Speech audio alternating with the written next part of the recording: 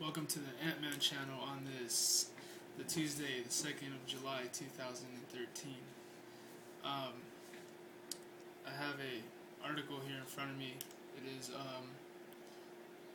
WND.com. Frosted Lucky Charms, they're magically gaylicious. Huh, that's a funny title to to an article. Cereal giant General Mills celebrates LGBT pride. There's a video here. I'm not going to watch it, but if you want to watch it, it's on WND.com, Frosted Lucky Charms. They're magically gaylicious. You heard it. Did the Supreme Court's recent decision to unleash same-sex marriage on America leave you hungering to celebrate lesbian, gay, bisexual, and transgender pride? Well, look no further than your cereal bowl. General Mills, the company that introduced the nation's children to characters like the Honey Nut Bee, the Silly Tricks Rabbit, and Lucky the Leprechaun, have come out in support of the gay community by filling boxes of their cereal brand Lucky Charms with rainbow-colored marshmallows. The magically gaylicious cereal, I can't even say that without I'm smiling a little bit. Cereal is serving as the face of the new hashtag Lucky to Be campaign, which encourages people lucky enough to be different to use the hashtag Lucky to Be when tweeting and posting online. We're celebrating Pride Month with whimsical delight. Magical Charms, the two new rainbow marshmallows. The Lucky to Be campaign stated in a press release sent to GLAAD, G-L-A-A-D. WND reported when General Mills, based in Minneapolis, announced its public support for homosexual marriage when a state constitutional amendment was introduced in Minnesota 2012 to ban gay unions.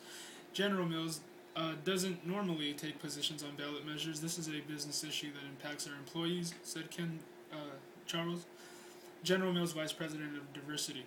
We value diversity, we value inclusion, we always have, and we always will. We're proud of our workplace, and we're proud to be a leader for diversity and inclusion in our community.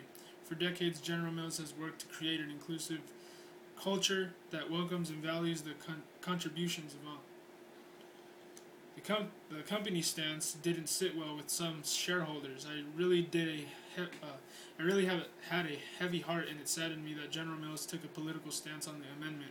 One shareholder said during the meeting's question and answer period, "Whether for or against, I don't think politically you should have taken a stand for that." Another shareholder asked what was the reason for the company to get involved when perhaps over 50% of your customer base will be offended. I just don't understand the rationale. Two other shareholders commended General Mills for its stance. One agreed that changing the state constitution over marriage rights is a business issue. Another said simply, "I would like to commend you for taking a stance on discrimination for any kind in the workplace." Brian Brown, president of the National Organization for Marriage, for NOM, told, that's N-O-M, told WND the General Mills position on same-sex marriage will go down as one of the dumbest corporate PR stunts of all time. Marriage as the union of one man and one woman is profoundly in the common good, and it is especially important for children, Brown told WND in 2012.